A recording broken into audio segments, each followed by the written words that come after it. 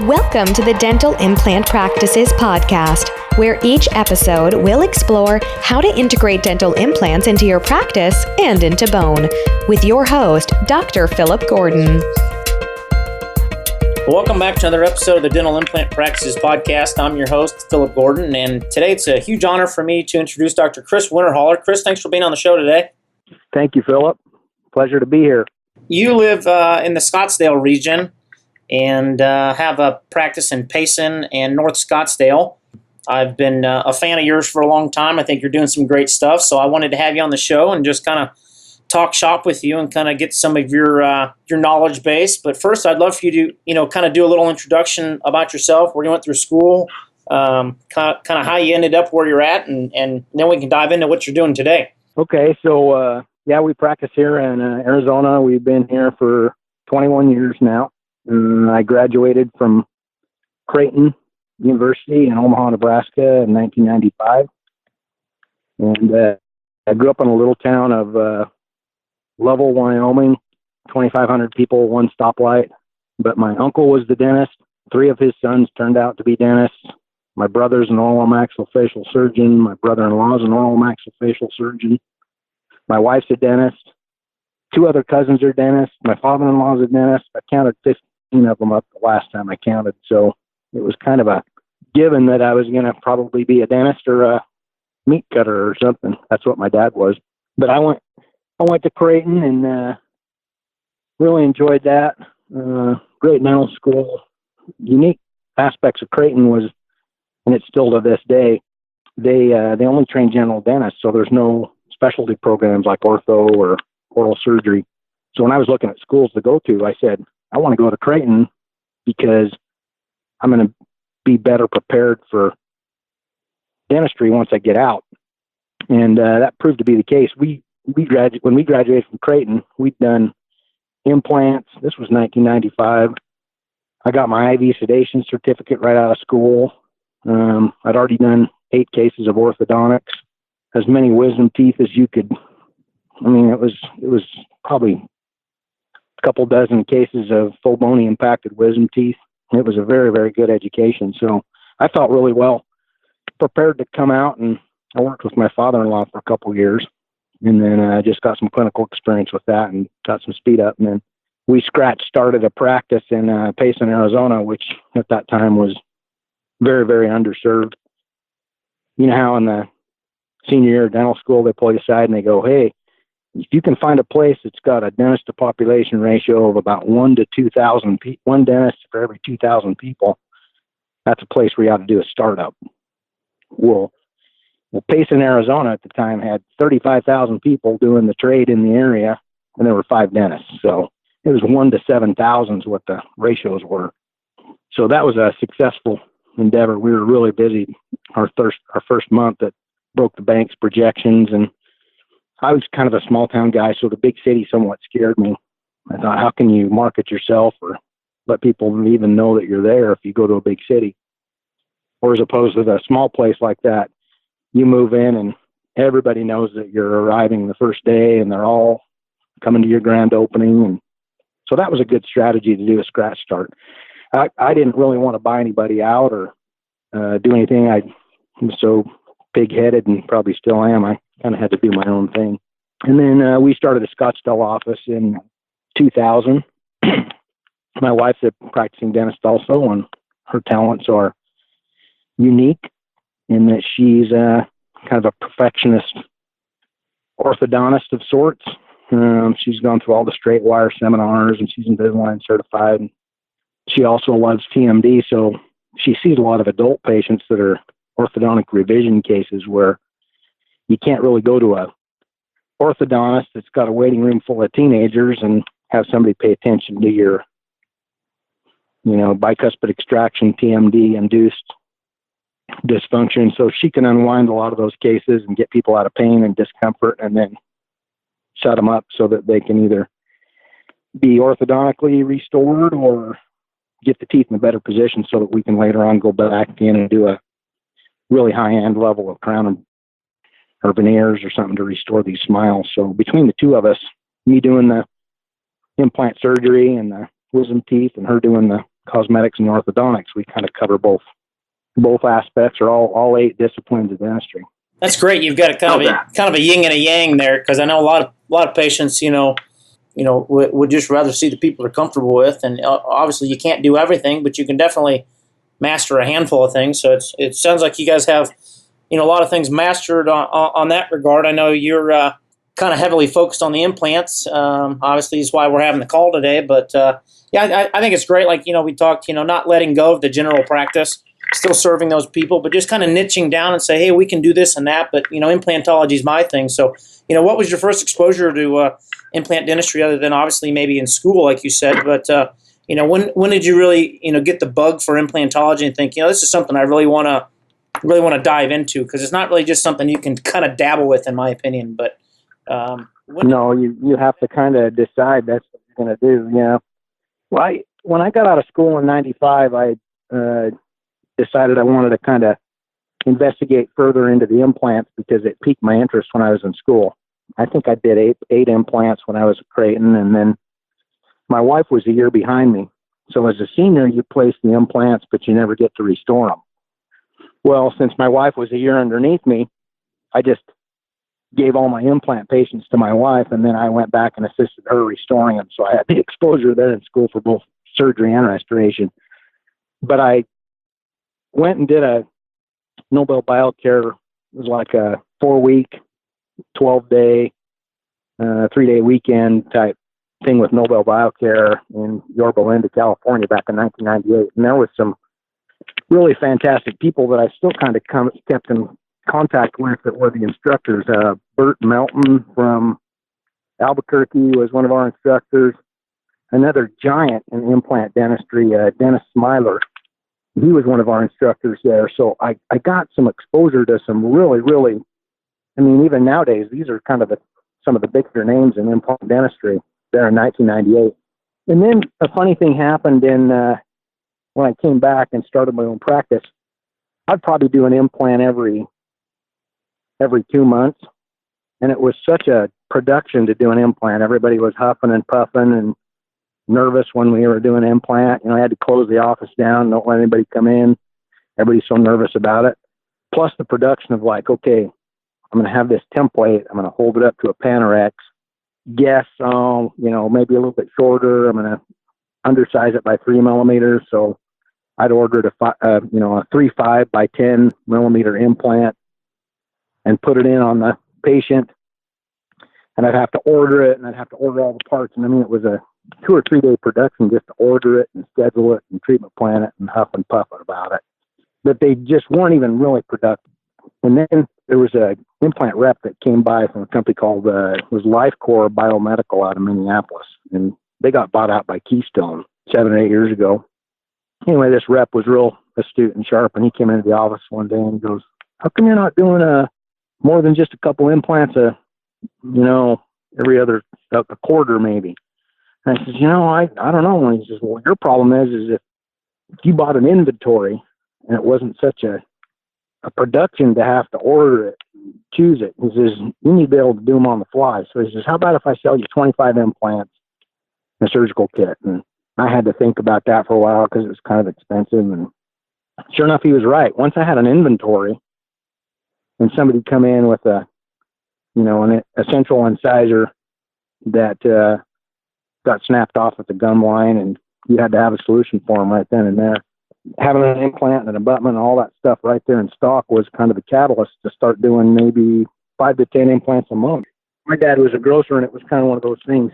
If you don't have anything on the shelf, you don't have anything to sell. So that whole concept of that was just getting an inventory to get started out, and then having a mentor, usually a good rep, who was a guy back then, and then I continued to take continuing education for it.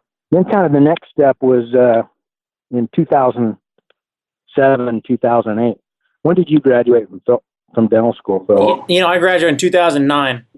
Okay, so you got to miss the festivities on October of 2007 when the stock market crashed, and my parents were freaking out. But yeah, I didn't have any money then either, so it didn't matter to me. But yeah, no, I knew it all went to hell. Well, my good friend who was the Patterson branch manager at the time, he was telling me on the site, he goes, that 25% of the dentists in Arizona were getting foreclosed on and getting bankrupted. And that was in 2007. And I mean, it was a wasteland here. The houses were dropping half in value. Very scary time. And we had just barely opened a brand new office in Scottsdale. We'd moved from our original location. We finished the office in June of 2007, and here it was October 2007 that the stock market crashed and recession hit. So I sold some property that I'd acquired to kind of cash me through it, and we've made it through. But I kind of made this idea that, you know, you read those business books and it says stuff like take advantage of the dips. So right there, 2007, 2008, I thought, nobody in this town, they're all just trying to survive. Nobody in this town's gonna kind of dive into the implant thing, because to do it right, you've got to have a CT scanner. You know, I don't think you should practice without a CT scanner, to be honest with you, or at least do the implants. But I made a commitment right there in 2007, 2008 that that's what I was going to do all I could to equip not only my mind, but my practice to be the place to go for an implant. So Patterson, they were dying to sell a CT scanner, and I was dying to buy one. So it was a marriage made in heaven. So I got my first CT scanner, and that was just like the clouds opened up and the sun started to shine, because then it was like you could just do them on the fly all the time. Then you could diagnose them better, you can see them better, you can treat them better, and then you're motivated to pay that thing off too. So yeah.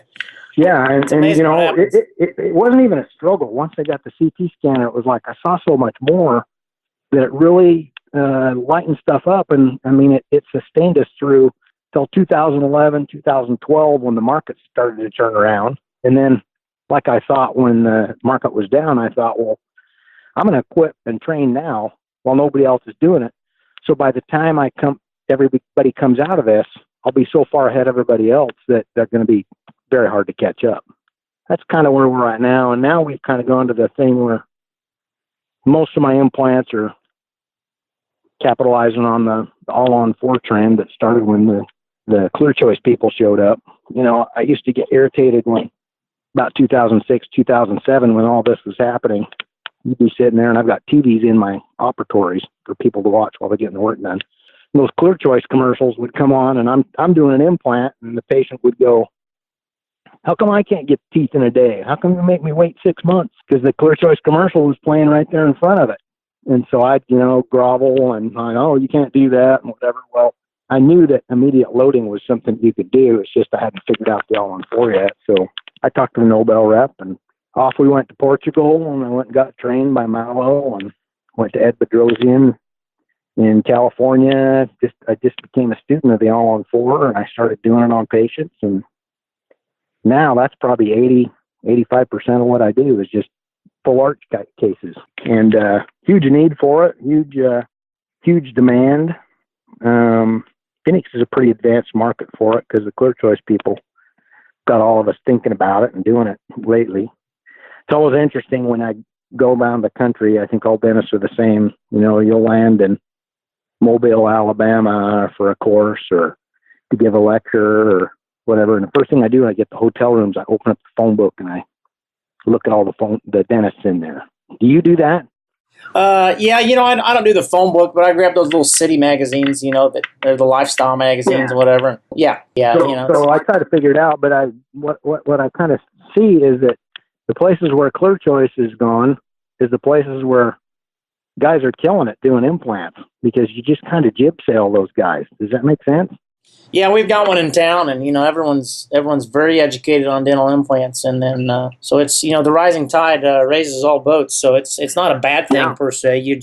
But you have to realize if you're going to get in it, you gotta that's not the standard of care, but that's where the public sees the competition. So you have to at least be aware of that. And I call them the greyhound. They're the greyhound. You just got to chase the greyhounds. All it is.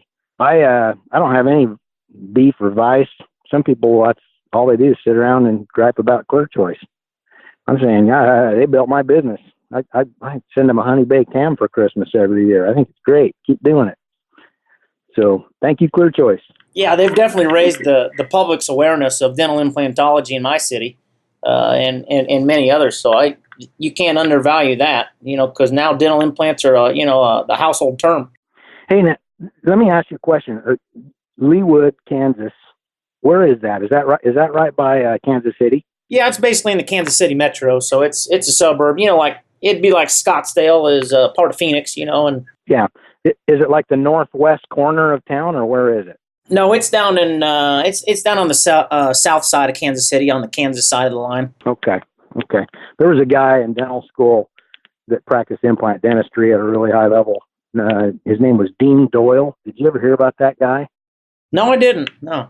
Anyway, he taught the senior lecture at Creighton, and he was one of my inspiring people too. So I think he practiced in Beatrice, Nebraska, and it's like one of the outskirts of Kansas City. But this was a guy that was so far ahead of everybody else that people were flying in from all over the country to see Dean Doyle in Kansas City and Beatrice, Nebraska for implants back in the 90s. And then nowadays, one other kind of unique aspect of what we do is I decided I wanted to bring all the laboratory stuff into the office. So we've got 2 lab technicians now, and we've got CAD/CAM machines, and we pretty much make everything that we need, except for the implants. We still got to buy those, but we make the teeth, we make the zirconia, we develop the restorations. But that's kind of my story. Well, that's great. I'm trying to follow in your footsteps and chug along here, and we're just about to bring the in-house lab business in. How was that transition? After you get, okay, I got the implant part down, and then you realize, hey, I want to be more efficient with what I'm doing, and go from A to Z a little straighter. How's that process been? What were your learning curves, and what do you like or dislike about it? Well, I had some good kind of preliminary training for CAD/CAM type stuff and computerizing a lot of the stuff because I was kind of a CEREC geek clear back in 1999. And so I knew CEREC really well.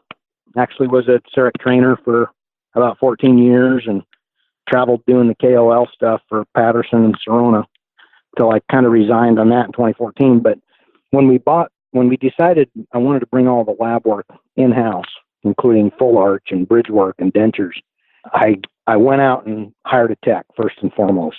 So I found a tech that was kind of tired of the laboratory politics and that wanted to be around, patients where they get a slap on the back, every case that they did, and they'd get to interact rather than just sit on a bench and just do the same thing over and over again. And I think that's appealing for a good laboratory technician that, they don't get to see the patient side and they get tired of, like you said, kind of getting chewed up and spit out by these lab industries. I mean, that's a hard gig, and that's my biggest thing is let's get you in on the patient side of it, and give you doctor's hours instead of ER hours. Those guys work long, hard days and they never see the patients, and it's grueling profession. I mean, they never really get appreciated. It's just a production mentality, and so I kind of sensed that, and I thought, how can I take advantage of that? So then the first machine I bought was a Sirona InLab MCX5. So it's the one that uses the pucks of material. And I already knew how to run that software. So the lab guy that I hired, he didn't really know it, but I could teach him. So we transitioned into the InLab with that. And that's a great machine, except for it doesn't mill metal. So from January 2016 to I think it was June of 2018. That was our prime CAD/CAM machine. So we'd mill all of our PMMA. We'd mill a little bit of zirconia, but mostly it was just PMMA, and it was used for temps. And then, of course, all my crown and bridge. And once we got that system kind of moving and all the bugs and idiosyncrasies of it worked out, that's when the Neodent people approached me, and they had a cooperative marketing agreement with the Zirconzon people. And I've always been fascinated with the Zirconzon. That Enrico Steger was kind of one of these GV black giants in dentistry, where he figured out, these little key machines that he could copy mill stuff. Then he computerized them. Then he built all of his own CAD/CAM lathes and everything, and it's in this absolutely beautiful place in Italy. So of all the CAD/CAM machines in dentistry, I think kind of the Cadillac is this company called Zirconzon. There's some other good ones out there too, but Zirconzon with Neodent was, if you bought a certain number of implants, they supplement the purchase of a Zirconzon, because Neodent wanted to kind of step up and say, hey, we're new in the U.S. We want to get into some offices that are focused into the full arch. And so they made this deal. So I took that deal, and we bought a Zirconzon that mills titanium bars. It mills really super nice Pratal, full contour zirconia bridges. It mills PMMA. It mills abutments. It mills crown and bridge. It's a full machine. And so we've got that now, and we're milling all our own bars. We're milling all our own PMMA. Everything that I just said, we make in-house. And I would never go back. I can tell you that. In fact, you and I have kind of talked before, expressed some interest in dabbling with it a little bit. But once you do it, it's and you get your people in place, and you treat them right, and you give them, all those things we talked about before. It turns out to be something that's particularly for an implant practice. It's a game changer, because now we can get stuff. Your traditional laboratory takes 2 weeks to get stuff back. If it's implant related, it's 3, sometimes 4, because they've got to outsource a lot of their stuff. Now we're doing, we had a lady fly in from Montana. She'd sent me pictures on her iPhone. So she flew in, and I saw her at 8 o'clock that morning, and we scanned her in with the iTero and made some STL files. Got those right over to my lab technician. We had the nurse anesthetist there on deck. So he put the lady to sleep. She was NPO. I got all the teeth out. I got the implants in. We got the impressions. By 2:30 that afternoon, we had her in PMMAs.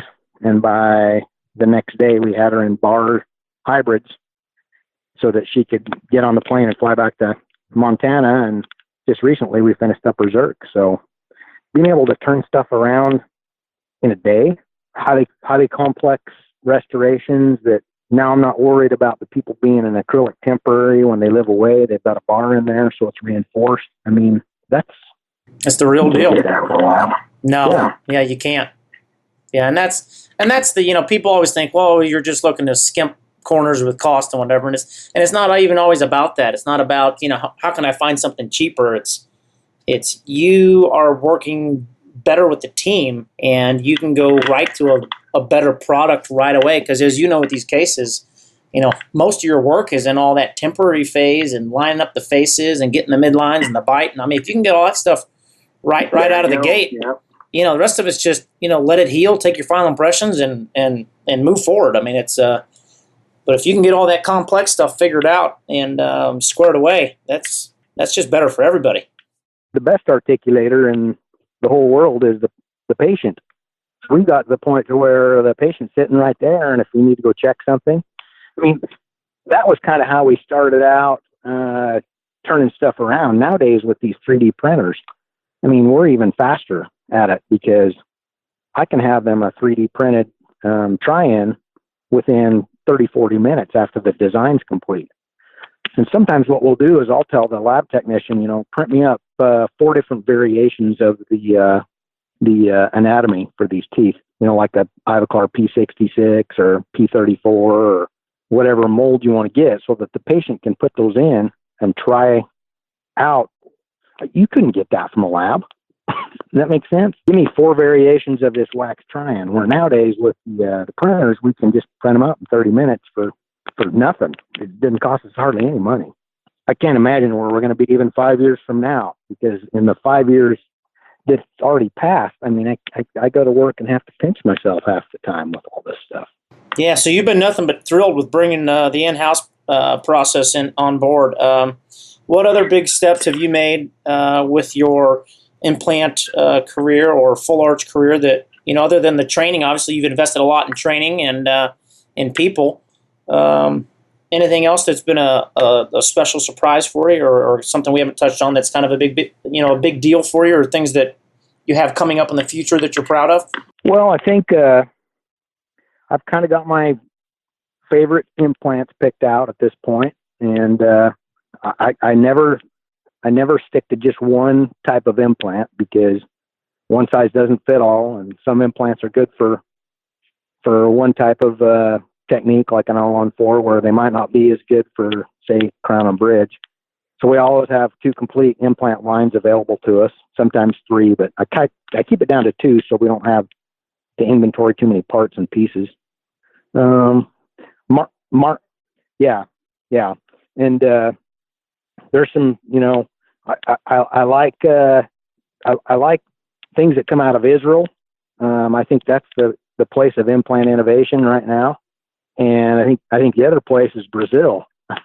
I read some statistics one time because I was kind of piqued by these Brazilian implant companies coming to the United States. I thought, Brazil, what kind of stuff is that? But Brazil's got 200 million people living in it, and they've got 300,000 dentists. Where in the United States, we got 335 million people and 165,000 dentists. So it's a very advanced dental market down there, very competitive, very astute providers just because of the amount of competition they've got. So these Brazilian implants they're a level above what you're finding, even from our own homegrown United States brands or some of the European brands.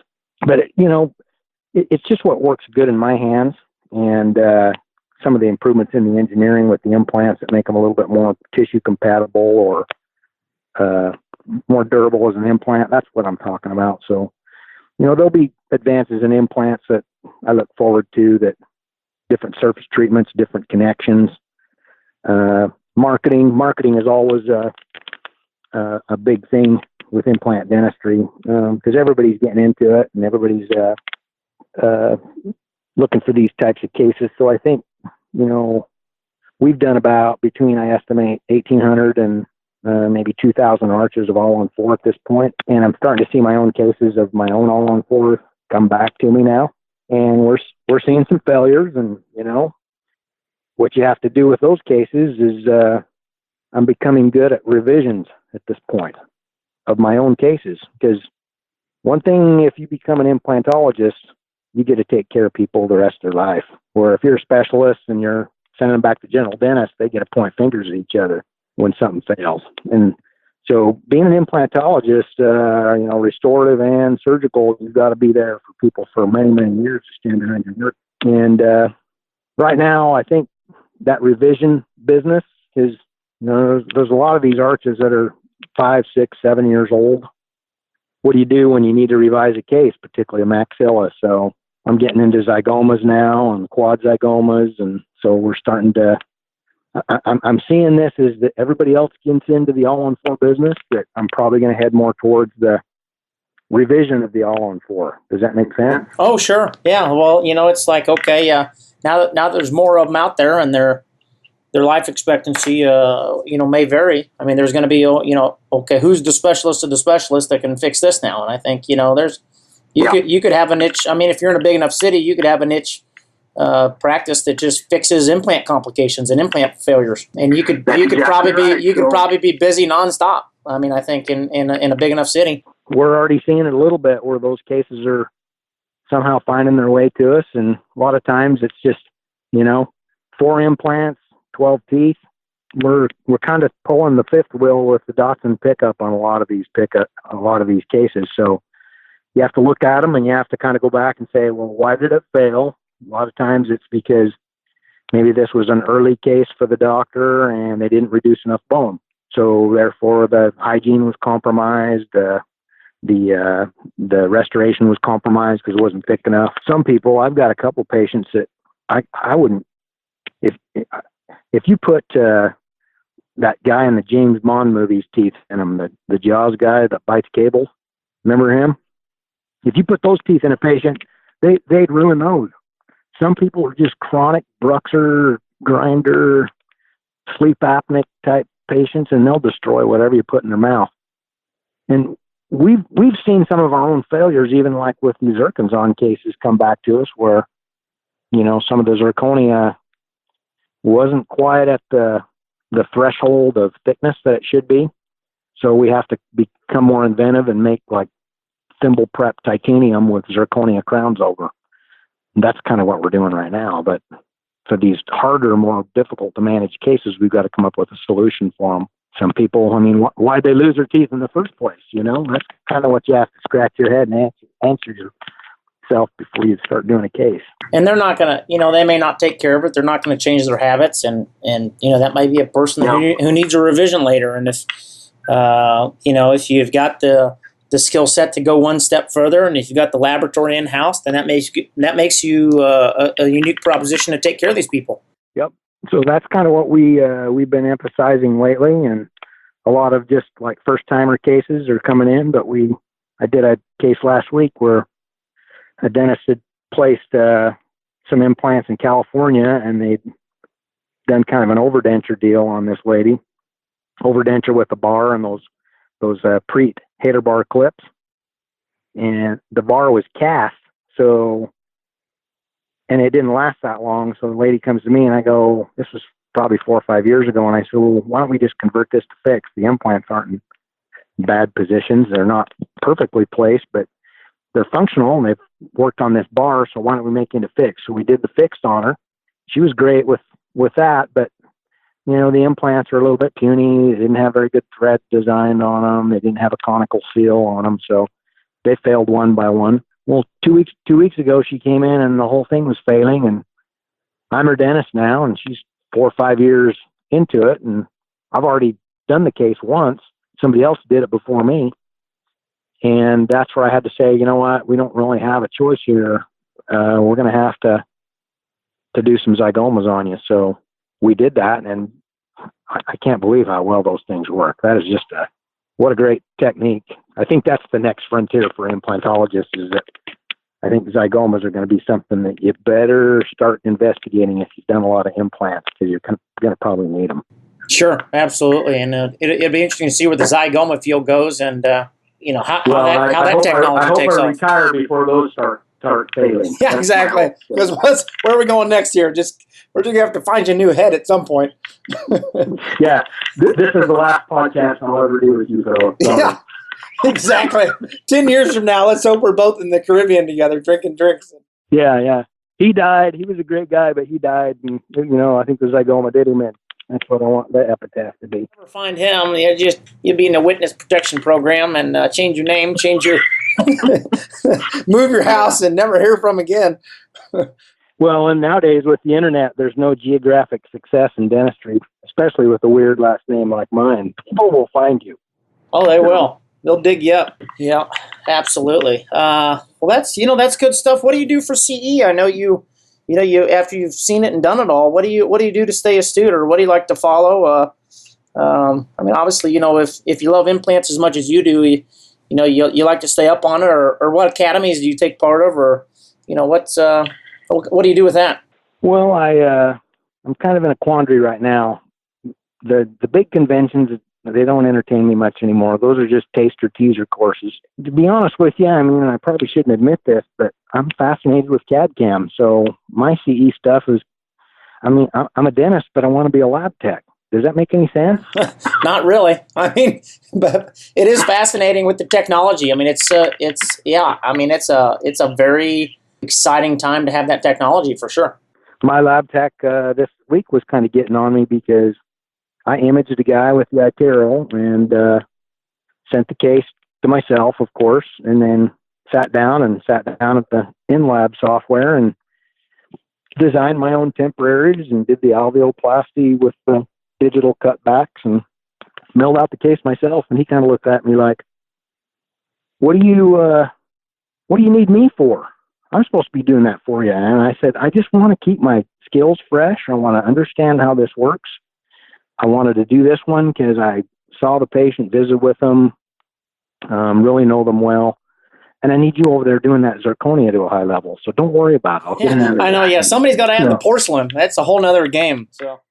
Oh, yeah. Well, and see, you could do a whole nother podcast on the integration of the laboratory, because I haven't even started with that. It hasn't been all roses.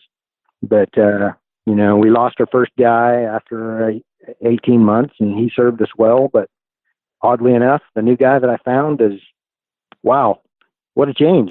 Really, really good.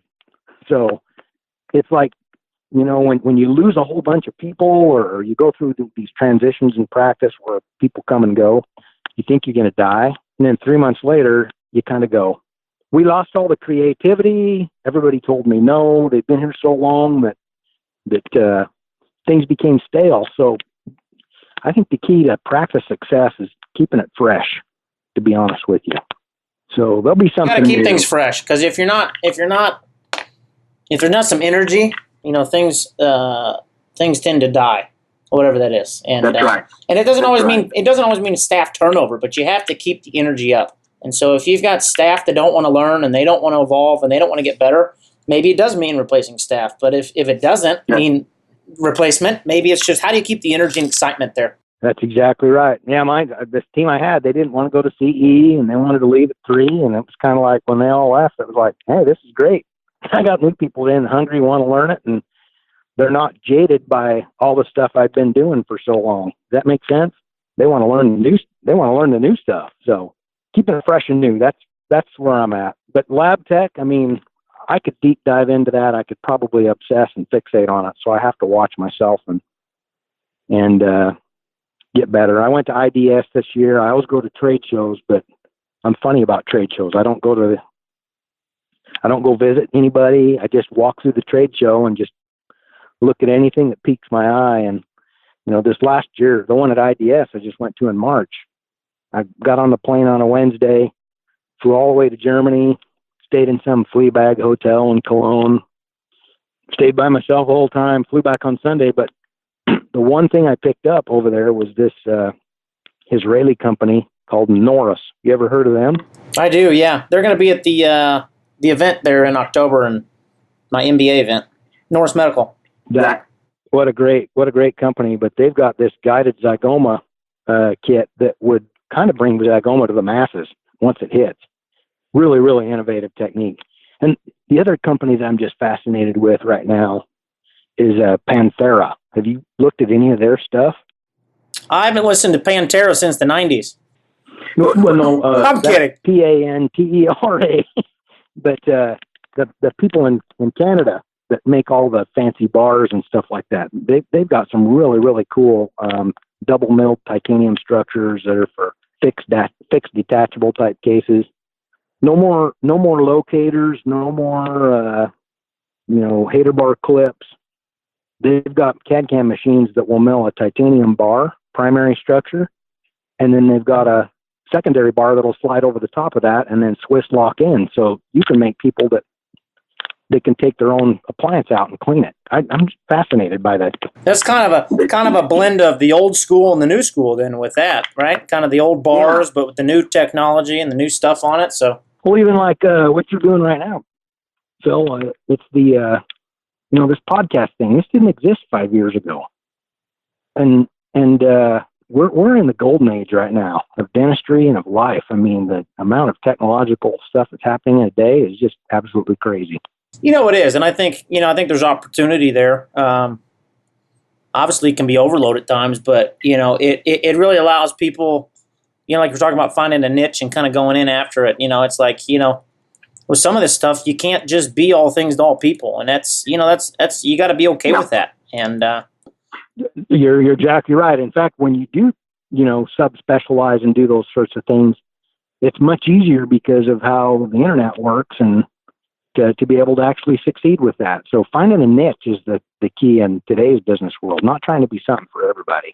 That's been my thing too. Your little, it's not little, I shouldn't say that, but this, dental implant practices, you've got thousands of users, and I read it every time it comes up. What a great way to exchange information.